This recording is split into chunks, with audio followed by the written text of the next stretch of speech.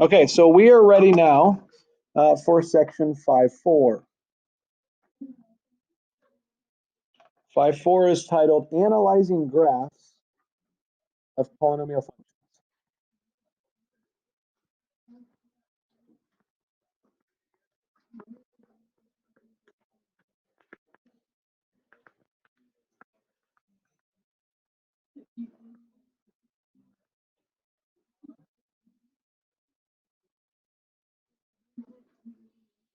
Analyzing graphs of polynomial functions. Our quiz from chapter 5 will be over 5.1 to 5.4. So after this video, after these notes, we'll cover all the material that will be on that first quiz. That first quiz will be this Friday. Okay, there is some vocab in this unit that we need to talk about first. First of all, we already know what maximums are and what minimums are, but we're going to talk about a certain kind of maximum and a certain kind of minimum in this unit. Let me first sketch a graph and show you why. If I looked at this graph and I asked you about the maximum, is there a highest value on this graph? Look at the right end. What do you notice about the right end? It's pointing up and it will go up to positive infinity. So is there a top to it? No, it's going to keep on going. So there is no absolute maximum. So the maximum we've thought about up to this point is what we call an absolute max, the highest point absolutely. We don't have one of those, but if we zoomed in and looked only at a portion of the graph, we might notice that right here, there's like a hill or a mountain, and it has a point there, or what appears to be a vertex. That would be the highest point that that portion of the graph gets to. It's not the entire graph, but just that portion. When we have those, we call those a relative maxima. Sometimes you'll see them called a local maximum. So it's maximum relative to that area or in that local vicinity, but maybe not the absolute. And then we can have the same thing with minimums. So here, this graph goes down to negative infinity, so there is no absolute minimum, but there is a relative minimum. If I drew a sketch, I'll erase this in a minute, you don't have to write this down, but take a look at this.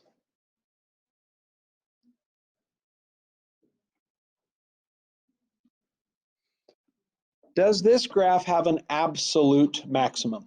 Does it have an absolute highest point total? It would. It appears to be this point right here. But we have more relative maximums as well.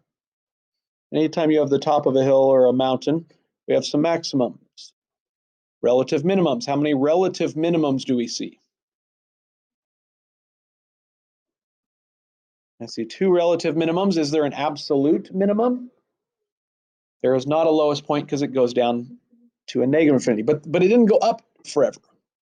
Okay, so that's the difference between relative and absolute. In this unit, we're talking about or introducing the relative maximum minima. There's another word you also might see I want to mention. It's extrema.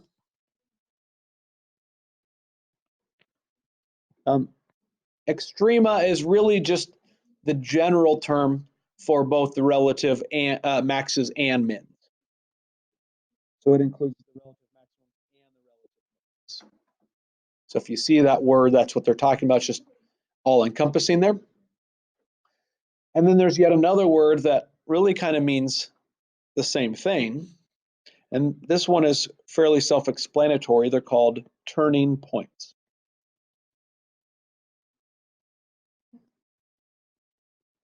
So turning points are points where your graph turns or changes directions. So if we look at a picture like this, how many turning points do we see? As I go from left to right, it's going up, up, up, up, up until it gets to a certain point. And at that point, the graph starts to go down. So we change directions. That's a turning point. And then it's going down, down, down, down, down until a certain point where it changes direction and heads back up. So those are both types of turning points. So relative maxes and mins are both types of turning points. What if we have a graph that looks like this? Is there a relative max or min in this picture? And the answer to that is no. And the reason is because it doesn't ever, we're heading up, up, up, up, up. It starts to slow down, hits a certain point, and it doesn't go down. Instead, it starts picking up more steeply. So it still continued up.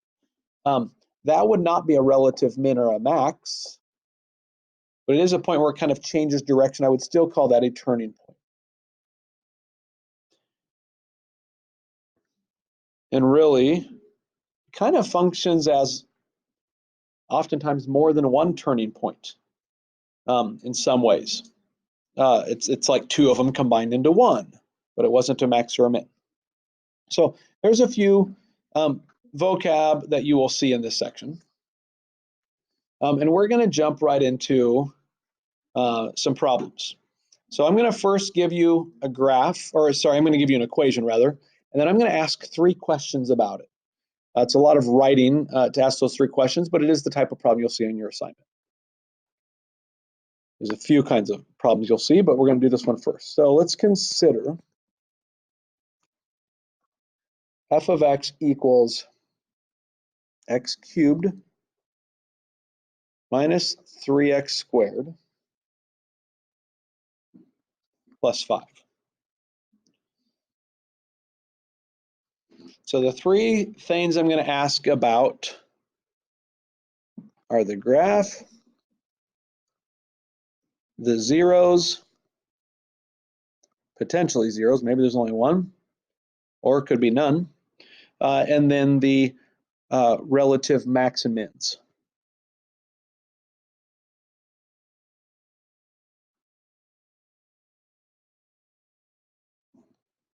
A little bit of particulars about what we're looking for each of those. For the graph, we're going to make a table of values.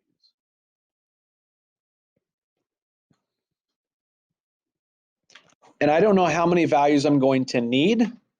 We'll kind of determine that as we go. Zeros, chances are the zeros are not going to be really nice numbers. So what your book is going to ask you to do is it's actually going to ask you between which consecutive integers are they located.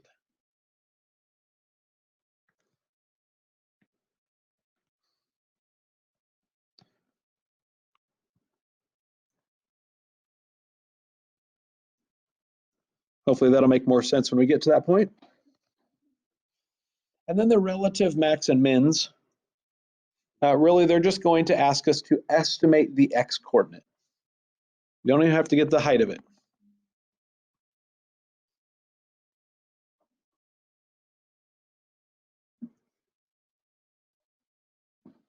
Okay, so our textbook uses more words to describe those, but that's the general idea. So let's start with part A, the table of values. I think this is maybe the hardest part of this because I don't know how many points I need to pick. So it is helpful to think about what we know from yesterday.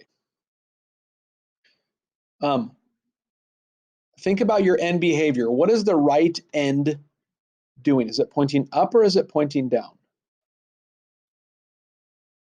Remember, we look at the leading coefficient for that. The leading coefficient here is 1, so it's positive. We know the right end is pointing up. And then our degree is 3, which is odd. That tells us that the left end and the right end point opposite directions. So if we know the right end's pointing up, we know the left end's pointing down. It's a degree of 3, so it's probably going to look something like that. That is really helpful to know as I determine if I have enough points or not. And then as I get these points, I'm going to start plotting them as well. So we kind of start to create our graph.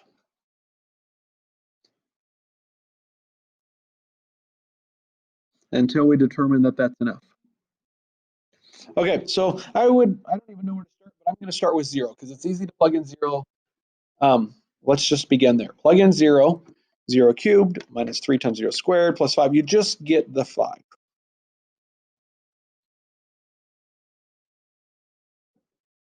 And so I'm putting that on the graph. I don't know where to go from there. Let's just start moving to the right. Let's plug in 1.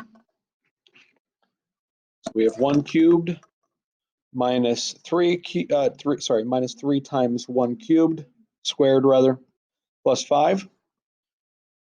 So we're going to get a 1 minus 3 negative 2 plus 5 is 3.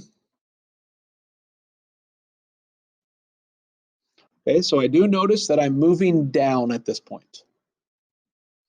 So I kind of know part of an idea of what part of the graph I'm in. As I move from left to right, it's going downhill. So I'm somewhere between a relative max and a relative min, I believe, because it's not on its way back up yet. Let's continue. Let's plug in maybe 2. I plug that in, I get 8 minus 3 times 4 plus 5 gives me 1.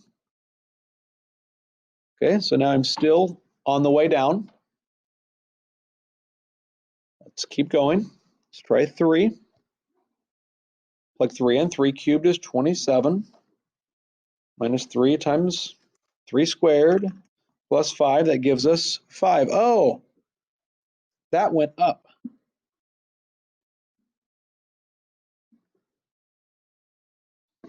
So I see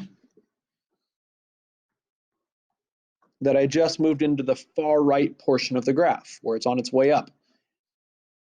And I'm confident it's going to continue up forever after that. I could pick another point just to confirm that. Let me do that, but I don't know that that's necessary, but let's try it real quick. So we get 64 minus 3 times 16 plus a 5 gives us 21. Yeah, that's off the graph. I don't even want to graph that one. It's too high. But yes, I see it's going uphill.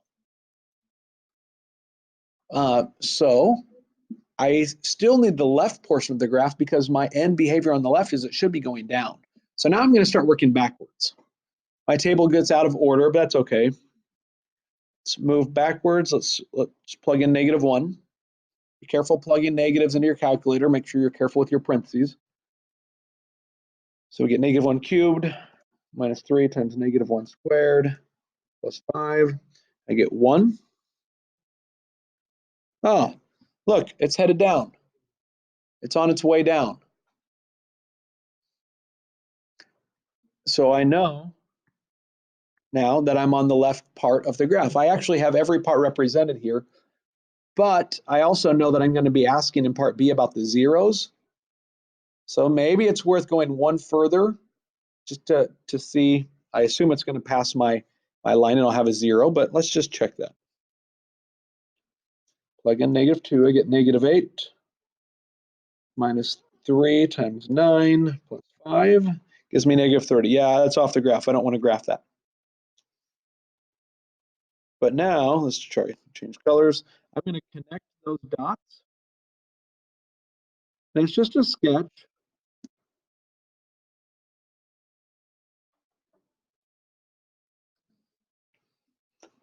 I don't know if that's exactly right, but I do know it's going to look more or less like that, and it has to hit all of those points.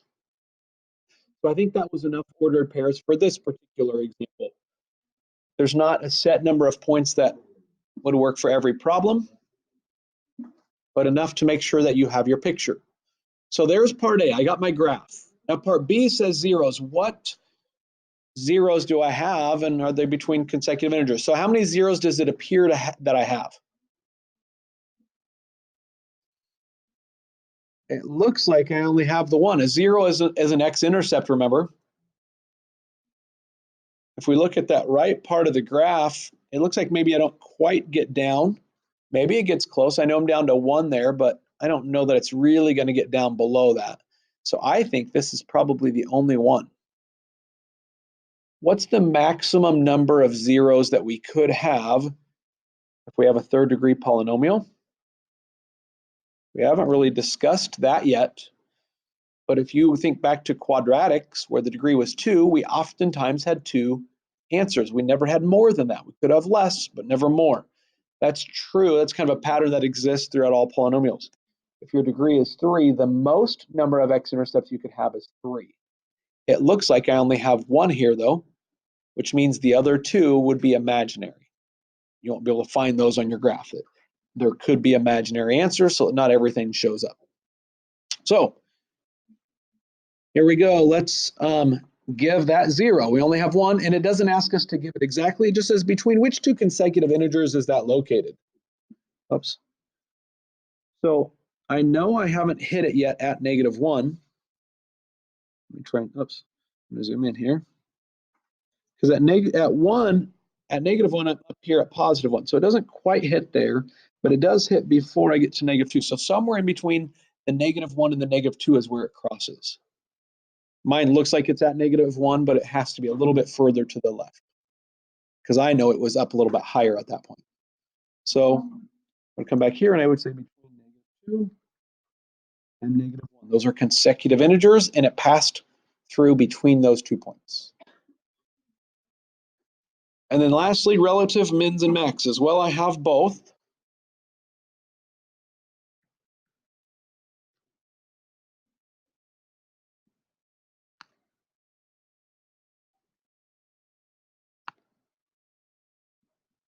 And you could potentially have multiple of each of these.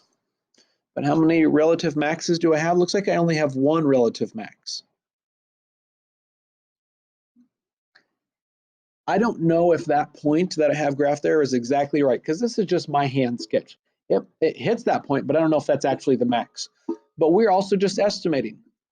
And it also asks only to estimate the x coordinate. So it looks like the max is going to be right around 0.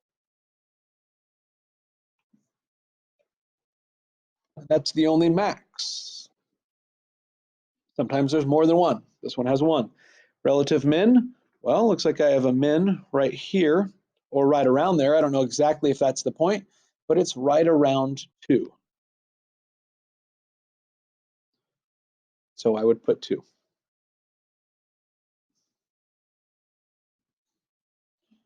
Now, there will be some problems where they tell you to go ahead and use a graphing calculator, or you could use Desmos, plug them in and find the exact value, or something a little bit better.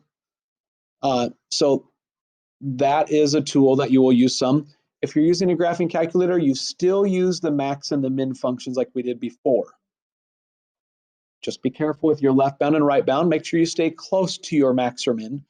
Don't go too far away that you don't get the number you're actually looking for. All right.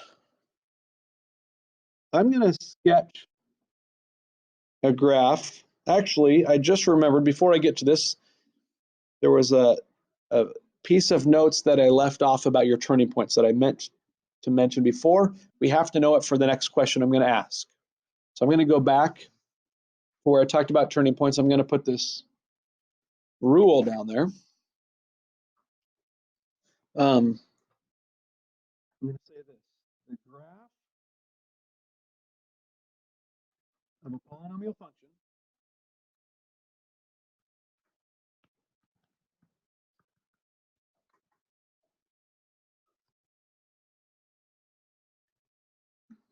of degree n.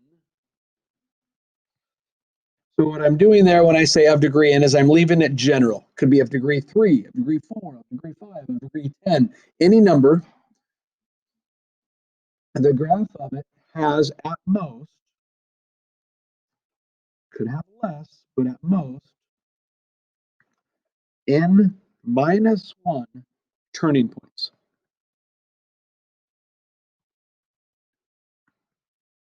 So 1 fewer than the degree. So what's bigger? Is it the degree bigger or the number of turning points bigger? The answer to that is the degree. The degree is larger than the number of turning points, at least by 1. So we can keep that in mind. as we go back to the next example.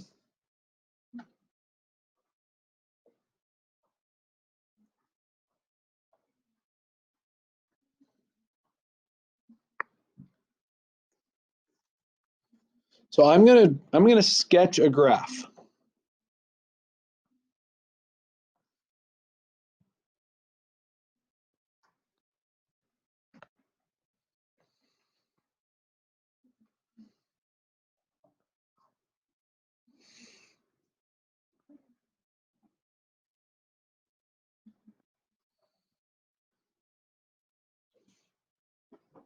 And I'm going to ask very few questions.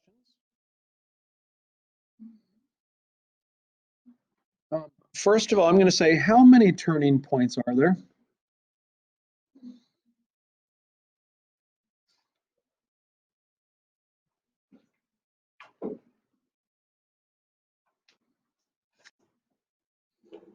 And what do we see?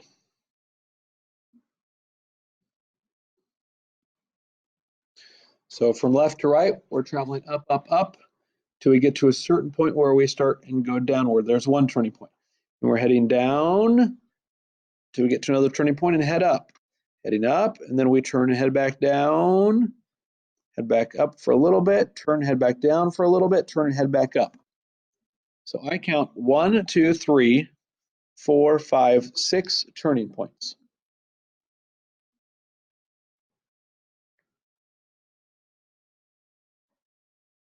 Sorry, I shouldn't say how. My next question then is,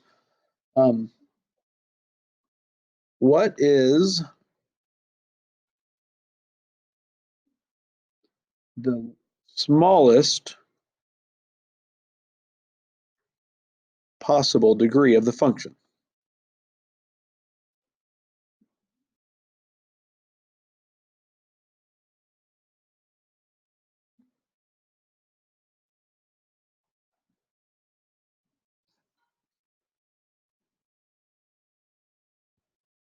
So this goes back to what I just scrolled over to show you.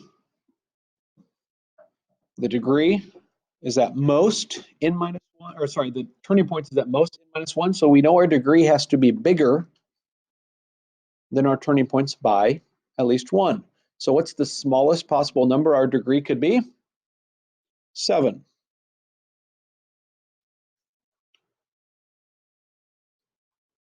Compare that with what we talked about in the last section, in the end behavior.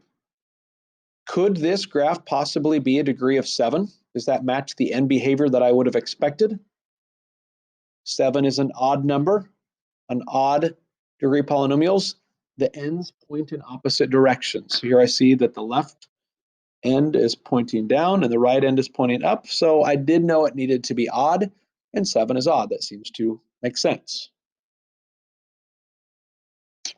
I'm going to ask also, how many real zeros do we see? How many real zeros do we have?